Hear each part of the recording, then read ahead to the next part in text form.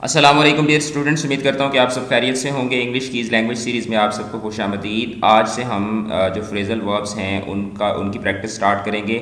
और प्रैक्टिस हम इस तरीके से करेंगे कि आम तौर पर जब आपको फ्रेज़ल वर्ब्स की एक लिस्ट दे दी जाती है, जिस तरह आम तौर पर क्लासेस में होता है, टीचर्स करते हैं कि आपको फ्रेज़ल वर्ब्स की एक लिस्ट पकड़ा देते हैं जिसमें 500-600 फ्रेज़ल वर्ब्स होते हैं और आपको कहते हैं कि भाई इनको याद करें, इनको रट्टा लगाएं और इनके सेंटेंसेस सामने लिखे हुए हैं तो सेंटेंसेस को देख के इसको समझें। तो उसमें ये होता है कि आप वक्ती तौर पर तो आप उनको रट्टा लगा लेते हैं, आप उनको याद कर लेते हैं, लेकिन जब आप पेपर में बैठे होते हैं तो आपको वहाँ पे समझ नहीं आती कि मैंने फ्रेज़ल वर्ब्स को किस तरीके से समझना है और किस तरीके से मैंने इनको जो है वो सॉल्व करना है।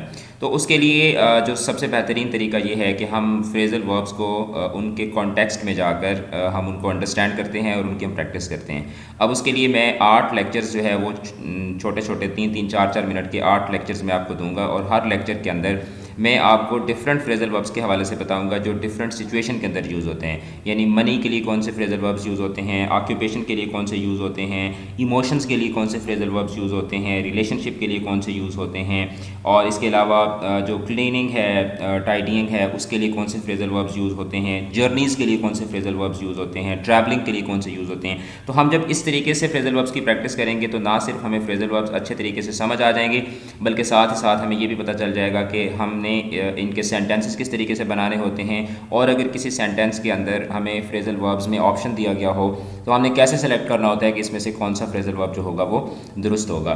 तो उस हवाले से आज जो हमारी एक्सरसाइज फर्स्ट है that is about the phrasal verbs of things we do every day. जो हमारी जो डेली रूटीन होती है उस डेली रूटीन के अंदर जो हमारे फ्रेज़ल वर्ब्स यूज़ होते हैं उनके हवाले से हम प्रैक्टिस करेंगे। अब उसका तरीक़ाकार ये है कि हमारे पास 7 सेंटेंसेस हैं इस एक्सरसाइज के अंदर, जिसमें मैंने आपकी सहूलत के लिए, आपका टाइम बचाने के लिए पहले से ही जो वर्ड्स हैं उनको मैंने हाईलाइट किया हुआ है, आप स्क्रीन के ऊपर भी देख सकते हैं।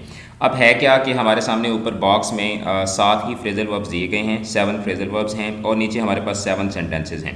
अच्छा, अब मैं आपको एक डिफरेंट अंदाज से फ्रेज़ल वर्ब्स पढ़ाऊँगा एंड आई होप कि यू विल लाइक इट, और आपको इससे फ्रेज़ल वर्ब्स का जो कॉन्सेप्ट है वो भी बहुत अच्छे तरीके से समझ आ जाएगा। अब जैसे फॉर एग्जांपल पहला सेंटेंस है I dash very early in the morning, I stopped sleeping very early in the morning. तो अब स्टॉप्ड स्लीपिंग जो है इसके लिए हम कौन सा फ्रेज़ल वर्ब यूज़ करेंगे? Work out, get up, turn off, put on, get go out, take off या वेक अप। ठीक है, तो इसके लिए हमें समझ आ जाती है कि भाई सोना ख़त्म कर देना, तो इसका मतलब ये है कि जागना।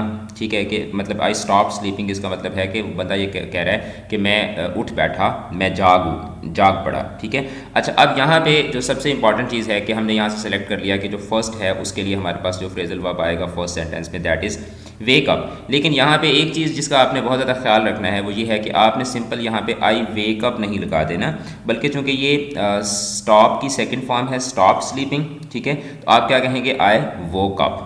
ठीक है, मतलब जिस तरीके का जो उसका जो कॉन्टेक्स्ट है उसी कॉन्टेक्स्ट के अकॉर्डिंग ही आपने फिर क्या करना होगा, फ्रेज़ल वर्ब में जो वर्ब होगा, ठीक है, उस वर्ब की जो फॉर्म है उसको भी आपने उसी के अकॉर्डिंग क्या करना होगा, चेंज करना होगा। तो I stop sleeping very early this morning का मतलब ये है कि I woke up very early this morning. उसके बाद सेकंड सेंटेंस है कि I stop sleeping and get out of bed at 7 o'clock during the week. अब यहाँ पे वो आपको क्या बता रहा है? अपनी एक रूटीन बता रहा है। ठीक है, कि I stop sleeping and get out of bed at 7 o'clock during this week, during the week. तो मतलब वो ये बता रहा है कि मैं 7 बजे क्या होता हूँ, 7 बजे मैं उठ जाता हूँ। ठीक है, तो अब सिंपल उठने के लिए हम कौन सा वर्ड यूज़ करेंगे? सिंपल उठने के लिए हम यूज़ करेंगे आई गेट अप। ठीक है, तो सेकंड जो सेंटेंस है उसमें जो फ्रेज़ल वर्ब आएगा वो कौन सा आएगा? आई गेट अप। अब चूंकि यहाँ पर भी स्टॉप स्लीपिंग है, गेट आउट है, first form of verb he use हो रही है, तो आपको यहाँ पे आई गॉट अप कहने की ज़रूरत नहीं है। आप सिंपल ये कहेंगे कि I get up at 7 o'clock during the week. उसके बाद जो थर्ड सेंटेंस है, she removed her jacket as she came in, she removed her jacket as she came in. तो रिमूव का मतलब क्या होता है? Workout, turn off, put on, go out या टेक ऑफ। तो टेक ऑफ का मतलब क्या होता है? टेक ऑफ का मतलब होता है उतारना।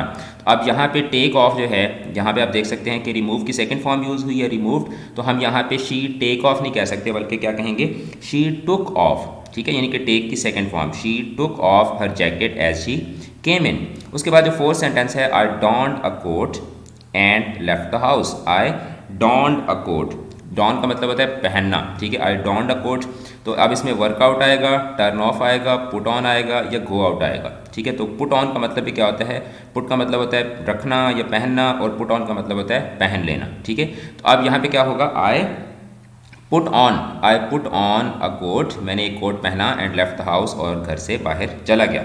उसके बाद जो हमारे पास फिफ्थ सेंटेंस है, she left the house for a social activity with some friends. She left the house, तो घर छोड़ने को क्या कहते हैं, घर से जब आप निकलते हैं तो दिस मीन्स कि यू आर गोइंग आउट, ठीक है, यू आर गोइंग आउट। तीन हमारे पास ऑप्शन बच गए हैं, तो इसमें ना तो टर्न ऑफ आ सकता है, ना वर्कआउट आ सकता है, तो करेक्ट ऑप्शन क्या होगा, गो आउट। अब गो आउट जो है इसको आप देखें कि she left, he left, he leave नहीं है, ठीक है। तो अब लेफ्ट है तो हम क्या करेंगे, यहाँ पे सेकंड फॉर्म ऑफ वर्ब है, तो हम इसकी गो की भी सेकंड फॉर्म ऑफ वर्ब बनाएंगे, और हम क्या कहेंगे कि he went out, he went out for a social activity with some friends, he went out for a social activity with some friends। अच्छा, तो इसको हम क्या करेंगे, यहाँ पे go out जो है इसको हम जो फिफ्थ हमारा जो ऑप्शन है उसमें हम इसको इंसर्ट करेंगे। उसके बाद जो छठा क्वेश्चन है हमारे पास, दैट इज़ कि she does physical exercise in the local gym every day.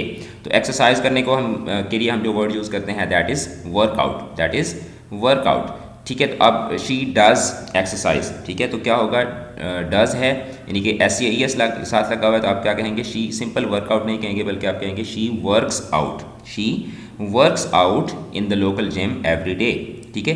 उसके बाद लास्ट सेंटेंस है, is the computer turned on, will you stop it working, will you stop it working by pressing a button.